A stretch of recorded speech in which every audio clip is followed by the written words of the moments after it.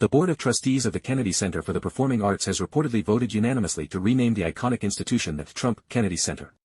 The decision, according to statements attributed to board members, was made in recognition of President Donald Trump's efforts to prevent what they described as financial ruin and physical deterioration of the historic cultural landmark over the past year. The Kennedy Center, long regarded as one of America's most important venues for music, theater, and the performing arts, has faced mounting financial pressure in recent years. Rising maintenance costs, declining private donations, and aging infrastructure reportedly placed the institution in a vulnerable position. Board members say emergency intervention was required to keep the building operational and preserve its legacy.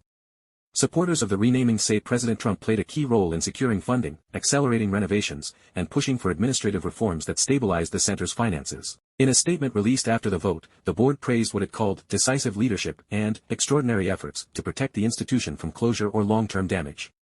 The new name, Trump Kennedy Center, is intended to reflect both the original legacy of President John F. Kennedy, for whom the center was named, and what supporters describe as President Trump's role in its recent survival.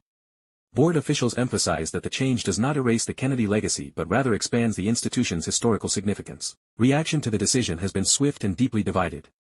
Supporters have applauded the move, calling it a bold acknowledgement of leadership and action during a critical period.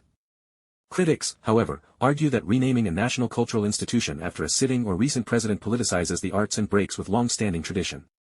Artists, donors, and political figures across the country are weighing in, with some welcoming the recognition and others expressing concern over potential long-term implications for the center's identity and independence. As debate continues, officials say operational changes and branding updates will be rolled out gradually, with performances and programming continuing as scheduled.